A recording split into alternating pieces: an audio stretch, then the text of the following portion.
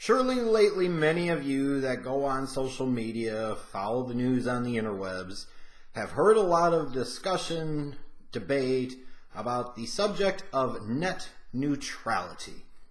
And while it doesn't quite have the same sex appeal in terms of the tribalism of, let's say, topics such as tax reform or tax cuts or health care, border security, immigration, things like that, net neutrality, while on the surface seems like it's not that incredibly interesting as a topic, matters. And it matters a great deal. And it is significantly important as a discussion, as a topic, especially in the 21st century as we continue to become more of a digital world. And what is net neutrality? Well, the first thing I could say is you could use the internet and look up the meaning of net neutrality yourself. And I don't say that to be a smartass. I say that to kind of make a point is under the current constructs of the internet and the regulations approved by the FCC in 2015, specifically classifying the internet as telecommunications, which therefore allowed it to be classified as a utility type of company, which therefore allowed it to be covered under Title II of the Communications Act of 1934. Basically what this does is you can go on the internet right now, and regardless of the internet service provider you use, regardless of the site that you visit, you have the ability to access that information about what net neutrality is, what it means, its significance, the pros and cons, who opposes it and why, who supports it and why. But the fundamental thing, the most basic meaning or definition I can come up with is, it basically requires ISPs to not discriminate based off of how the internet is accessed or what you are trying to access. It, in theory, allows for equal access to the internet and its content regardless of the source, regardless of the internet source provider, regardless of the content provider. So, in theory, it sounds really, really good. But as you may be aware right now, the FCC is preparing next month to vote to potentially strike down net neutrality, which was something that came into being under the Obama administration, was something that President Obama was very much a proponent of, was having net neutrality, with the belief being that it would help keep an open and free internet. In terms of those that are in favor and opposed to it, it's really weird because this is one of these issues where you have big corporations on one side and big corporations on the other side. So as people try to come down on the fence of who they favor or who they oppose, you're ultimately either supporting the viewpoints of this set of big major corporations or this set of big major corporations. That's really what it is. Those that are in favor of net neutrality typically are content providers such as Amazon, Google, Netflix, Hulu, entities like that, where it would make sense where you wouldn't want access restricted to your sites, or you wouldn't want your site to perform poorly with certain ISPs as opposed to others because you are Netflix or YouTube, Google, whatever the case might be. And honestly, most Americans favor net neutrality. Like, this is not really a massive political nuclear bomb here. This is something that the vast majority of Democrats and the vast majority of Republicans, the majority of independent-minded people, all support this, especially when it's explained to them, especially once they understand the significance and they understand the importance and they understand what net neutrality is designed to do and what, in theory, it is supposed to allow, and just as importantly, if not more so, prevent. In terms of those that are opposed, the ISPs, telecom companies, that includes AT&T, Comcast, Verizon, you know, the good guys in the world. And their argument is they feel like it is restrictive, it is unnecessary regulation, it prevents growth in terms of investing in digital and internet and broadband infrastructure. And there could potentially be some argument to that. There's also an argument that they use that's saying we are using this rule from basically the 1930s in a lot of ways to govern the digital age, which on the surface seems like a logical thing to question, saying, hey, we're using a rule from the 30s and that was revisited in the 90s during the Clinton administration. We're using that to govern the internet? That seems archaic. But then I would ask, the law of the land in this country is the Constitution, and that was written in the late 1700s when slavery was legal. So that's not necessarily the best argument that somebody could make. A better argument might be that even with net neutrality protections, it could potentially lead to the issues we already have with utility companies, as you know, with your water, sewer, trash, your electric, your gas, your cable, your satellite, the limited amount of competition that is in the marketplace. So you kind of really, in a lot of cases, for certain utilities, you have option A, option A, option A, and that is it. While you could talk about there's regulation, this and that, it does create a quasi-monopoly, on that market, and can lead eventually to price gouging, a market that is very unfavorable to consumers. Because in theory, you say the more competition there is, potentially the better off it is for consumers, and there is something to be said about that. The more buying power that the consumers as a whole have, the more flexibility, the more options that they have, it's going to create more competition, which will lead companies to lowering prices and trying to provide more for less. So structuring them like other utilities might not be the best way to go. And there is something to be said about that. But while it's not perfect, and it's not, net neutrality is the best thing we have going right now in terms of protecting an open and free internet. If you hear anybody that's one of these fake freedom fucks that sits there and talks about how overturning net neutrality will be great for small businesses, that is complete and total crap, and don't you be dumb enough to believe it, because that's simply not true. If anything, it favors the major ISPs, the major telecom companies, because they will have even more control over the marketplace, that through corporate consolidation and mergers and takeovers and buyouts and so forth, they have had an increasing share. A smaller group of companies owns a larger percentage of the market share, and that ultimately in and of itself is not good. But besides all the psychobabble here, you want to know, what does this really mean? Or you want some examples of why net neutrality is important and why the FCC potentially deciding to overturn it next month could be so bad. I will give you some specific examples. Verizon owns Yahoo, which is a very popular search engine. It's not Google, but a lot of people use Yahoo as their primary search engine. I use Yahoo as my primary search engine. Verizon is also currently my cable, internet, and phone provider. If net neutrality was overthrown and thrown out, Verizon could force Yahoo as your default search engine. So I choose to use Yahoo, but if I wanted to choose to use Google, they might force Yahoo as my default browser, my default search engine, I should say. Verizon then, because there were no restrictions, there were no regulations, could slow down, throttle your access to Google, because they're saying it's in our interest to push you to Yahoo, to push you to this site where we have these ads that we can make money off of and get all of these clicks off of. Why are we going to allow you to go to a competitor and not charge you extra for it? It just seems counter-capitalist, and it is. So they could throttle your ability to access Google. They could also then charge more to access Google. Whereas Yahoo would be free, so they would create a market environment that says you have a choice, but the choice is you either take what we give you at this price that's covered in your base package, or you will have to pay more to get what you really want. Here's another example, and this kind of starts to get into the next couple of examples, talking about the danger from a political sense and talking about free speech and how this is important regardless of if you were right or left, Democrat or Republican. It's an American issue. I look at Comcast, and we all love Comcast. Who owns NBC Universal, which is a wide portfolio across many different forms of media and entertainment. NBC Universal, though, does include NBC and in particular MSNBC.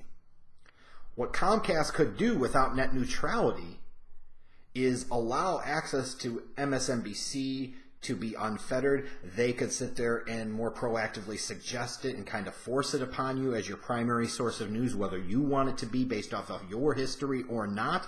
And they could potentially throttle your connection to sites such as CNN, Fox News, other conservative news sites like Breitbart and so forth that fall kind of in that Fox News umbrella. They could also potentially charge you extra to access those sites.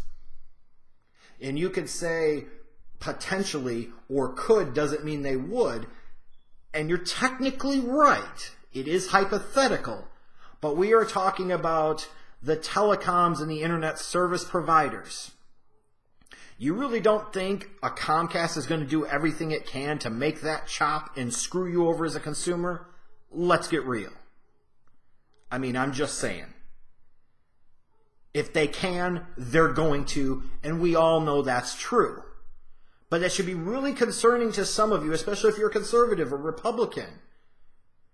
They could potentially, without these net neutrality regulations in place, slow down the speed with which you're able to access Fox News.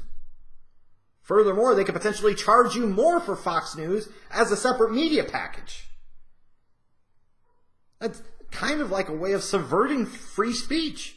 You look at Time Warner, who currently owns CNN as part of Turner. You've heard a lot of talk about Time Warner's potential merger with AT&T. Now the Department of Justice is trying to block that. AT&T currently owns DirecTV.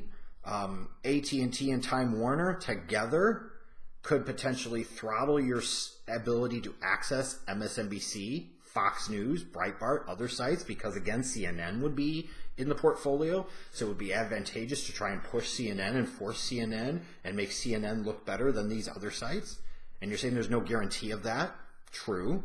But it's very likely, especially based off of AT&T's history specifically. And just again, AT&T and Time Warner could charge more to access those competitors to CNN. Does anybody see a problem with this? Does anybody see an issue with this? Especially with a company like AT&T that has a history of censorship. I think back to when they censored part of a Pearl Jam performance back in 2007 because Eddie Vedder said some unpleasant things about President George W. Bush. They just muted it. AT&T, if you also remember in 2007, had to sit there and change their terms of service, which basically said that they could stop your internet at any time for any reason, and it didn't matter what you had to say. And after a huge firestorm of controversy and a huge public outrage, they eventually had to walk it back and change it. But again, this is a company, AT&T, throughout its history, even with the rulings from the federal government in the 80s that forced AT&T to break up. Slowly but surely over the years, they've been coming back together anyways. They've really circumvented those rulings from the 80s. AT&T has a history of wanting to monopolize the marketplace. AT&T has a history of pushing their own agenda. And I do not care, again, if you are Democrat or Republican, left or right, this should really be concerning to you. Because this is flat out an attempt to subvert and eliminate free speech that the company does not agree with. It feels kind of like fascism a little bit, where the corporations are running the place, which is really what we have. We have corporate fascism in this country. We have crony capitalism, you might say. And that's really what it is.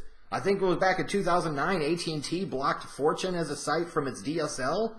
I'm not sure if it's still blocked, but the point is, they have a history of blocking these sites that they don't agree with. They have a history of censorship. Then you talk about some of the recent reports about Comcast, and you've heard some about Disney too, but specifically Comcast looking to acquire a majority of 21st Century Fox. Why is that significant? 21st Century Fox is a spinoff of what used to be News Corp, Rupert Murdoch's company. Rupert Murdoch, who we know owns Fox Broadcasting and all of that, which goes up to and including the Fox News channel. So if you're somebody that's Democrat or liberal and you don't like Fox News and what it represents, good for you. But the point is if Comcast gets into that space and they take over and they own Fox News and we don't have net neutrality, it means they could, again, throttle the connection to CNN, MSNBC, Think Progress, Move On, other liberal, progressive, Democrat-leaning type of websites. That's incredibly concerning. The First Amendment is there to protect free speech. It's there to protect both popular and specifically and most importantly unpopular speech. And if we get to the point where we are allowing corporations to determine what type of information we have access to, what makes us any different and better than somebody like Russia? That's simple. You're now having a state-run, corporate-owned, corporate-run, corporate-mandated internet where they pick and choose the winners and losers, which is horrible for small businesses that are trying to gain their foothold on the internet, because these larger conglomerates, these media empires, are going to be able to control all the rules and control all the terms. And they could sit there and charge you additional to access these extra things. So think about it. Right now, you pay for like a basic package for your internet, and it gives you access to everything. Now you would be talking about an internet where you still pay pretty much that same basic fee, and eventually you know the cost will go up because that's how these greedy corporations like to work.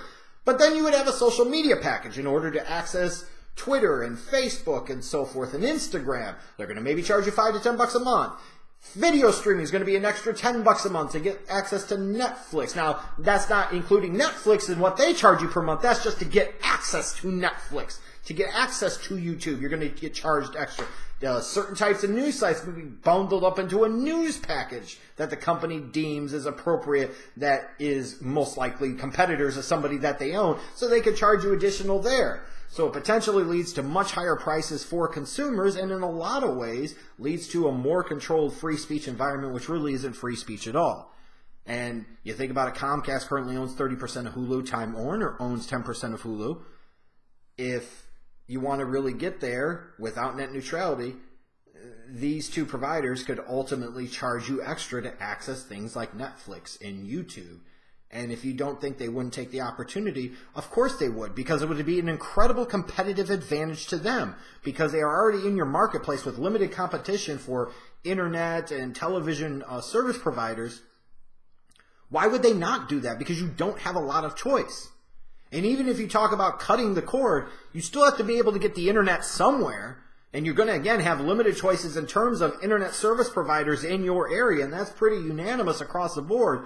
You know, where I'm at, there's a couple of options, which is better than a lot of other places, especially rural places in this country, where you maybe have one. But they could sit there and dictate the terms of, you can do this, but we're going to charge you to access these things, which is something that does not exist right now. And it's terrible. So net neutrality does matter. It's a big deal. It's a really, really, really big deal. I don't know how else I could put it other than this. The internet is one of the greatest inventions of all time. The internet was ultimately created for one thing: porn and porn consumption, porn viewership. Porn downloading, porn uploading, porn. That's what it's about. Porn. And we all know that's true.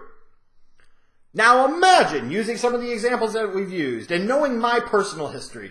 I love black women, and we know in particular that I get down with black lesbian porn. That's where the action is at.